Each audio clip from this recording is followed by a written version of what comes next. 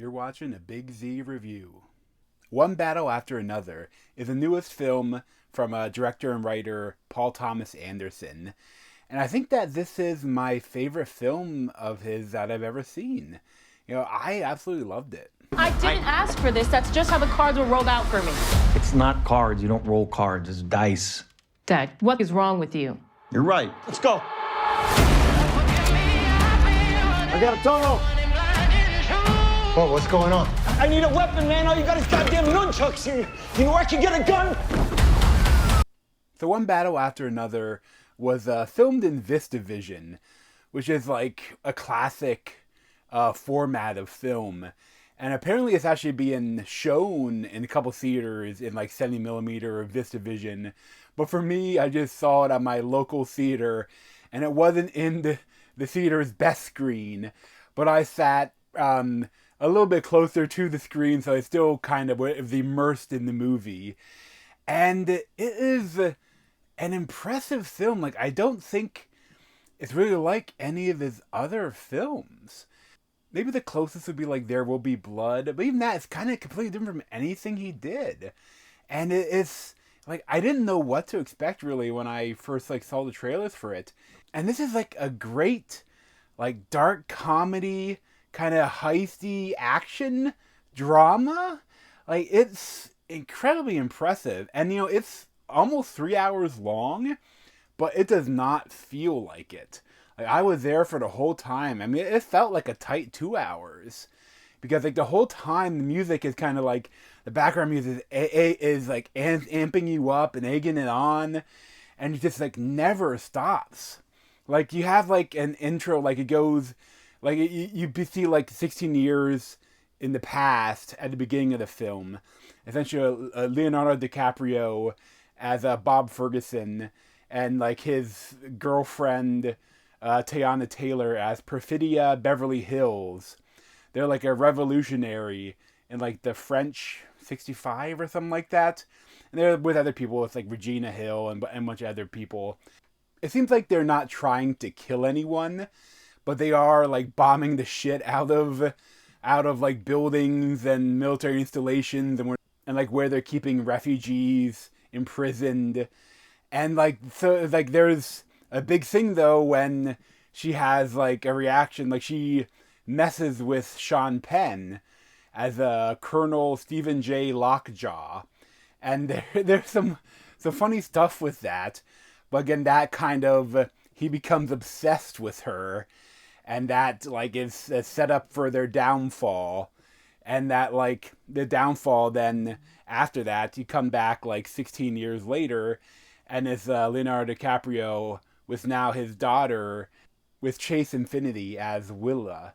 And she is great in this role. I think this is one of the first roles she's done.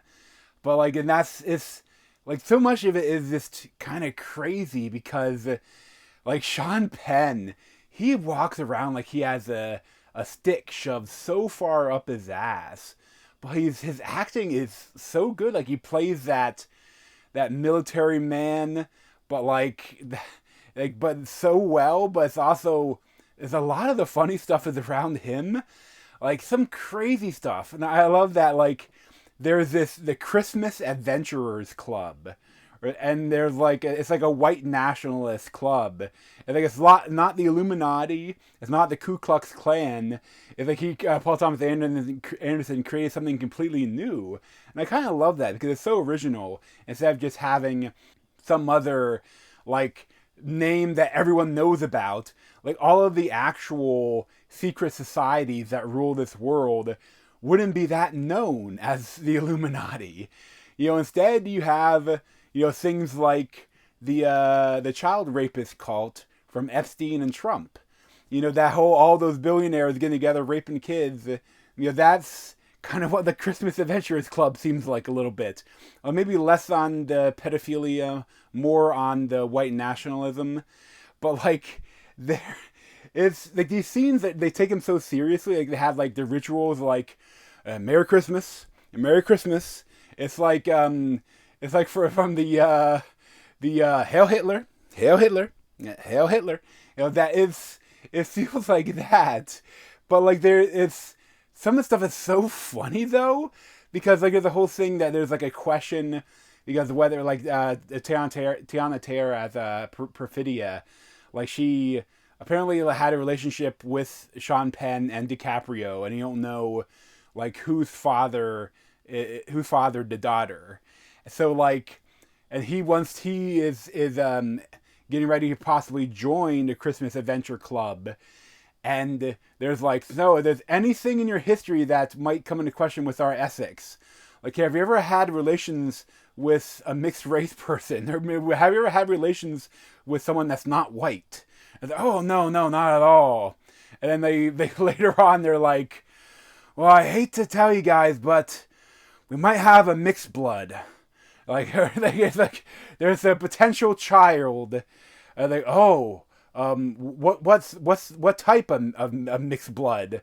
Like the worst kind, black.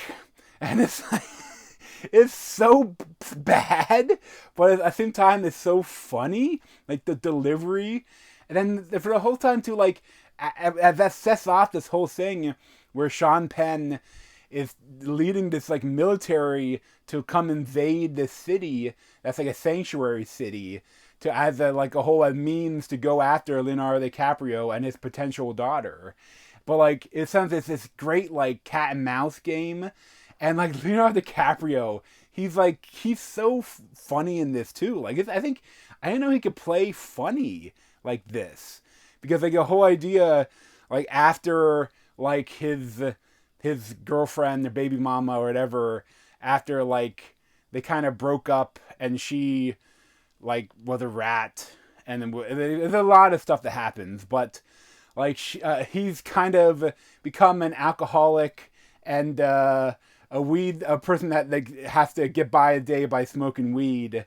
So like he has fried his brain, and then like he's trying to get in contact with the revolutionaries again because they're coming after him, and he cannot remember for the life of him some of the code phrases, and they're like these long scenes, but they don't feel long. They're so snappy, the dialogue, and even like he's talking onto the phone to this guy, and it's just like, I don't remember the time. I don't remember the code. This is who I am. I'm Bob Ferguson. I'm like, just tell. And it's hilarious. And at the same time, throughout it all, it's like one of the most beautiful films of the year. So it's like the set pieces, like framing is so wide and expansive in some of the scenes, and like even all of them, like the different shots that they do, like everything is so good about this. And it's too bad, like I really did not like his last film, and they did with like the Haim sisters, and the Haim is in this one, but just at a small role. But I mean, there are so many great scenes. But I love Leonardo DiCaprio. He just gets like dragged along through this stuff, like he's such a fumbling, bumbling dude. Like he kind of like the dude a little bit, but like he goes along with Benicio del Toro, who is like Sensei Sergio St. Carl's, and like he's his daughter's karate coach, karate teacher, and like he is running in his house. He's running this human smuggling operation, like good human smuggling, not the bad kind, but like so he's getting dragged into it, and there's just so much going on. Like, there's really so much to this movie that, like, I'll have to see it again because there's, like, it is so expansive, but at the same time, it's tight. Like, it's like, so many of the characters, like they are funny, and even though they're only come in for, like, a little bit, they have, like, one scene when they're, like, robbing a bank, and the woman that jumps on the table is Shayna McHale, and it's just a jungle pussy. But like she delivers these lines that's so good. Like every single person, Regina Hall is good. I mean, like everyone is great in this, and like I am so impressed with it. I've never been that big of a fan of Paul Thomas Anderson. I mean, I like There Will Be Blood. I really like. Probably my favorite is Punch Drunk Love. And I like Boogie Nights, but a lot of his, I'm just kind of like they're okay. You know, I watch them and they're fine. You know, they're a little, you know, whatever. But this one is amazing. And I'm so curious to see how it'll do at a box office, because it costs like over $100 million. And like, I don't know if it'll make it back, but I feel like you should give our artists this kind of paycheck and let them make some fantastic art. Yeah, this is definitely going to be my top 10 of the year. And it's such a interesting film. It's like, towards the end, I'm not going to spoil it, but there's one of the most unique car chases I've ever seen. And like, car chases have been done for so many decades that they don't really provide anything new. It's so tough to do something new. But like, these roads, like these hills that go up and down, and they're like driving into the sunset, and you have like multiple cars kind of chasing each other, and like the filming of it is just so like hypnotic almost, but also like it's so tense, and the whole time you have this score is like, and it's like, it's really an achievement of a film. Like, and I mean, I'm not familiar with the source material. Like, I say this is inspired by Thomas Pynchon's novel Vineland, but I think it's mostly just like his creation is kind of inspired by it. But like, One Battle After Another is amazing. I would definitely recommend checking it out, especially if you're close to like a premium format. I would recommend watching it there. Like, for me, like, even if I drive 2 hours, it's still like just like a regular digital IMAX. Like, I'd have to go to Philadelphia to see like their 70 millimeter and like their big mall, and I think it'd probably be packed. And I'm not worth it for me for that. That's like, I'm like 3.5 hours away from there. But like, if you're close to a premium format for this film, you gotta check it out. I'd probably give it like a 9 out of 10, 9.25 out of 10. It might even be higher. I think I want to see like what it's like in multiple viewings. But I would definitely recommend it. But thanks for watching. If you want to see more of me, you can subscribe down below. Thanks.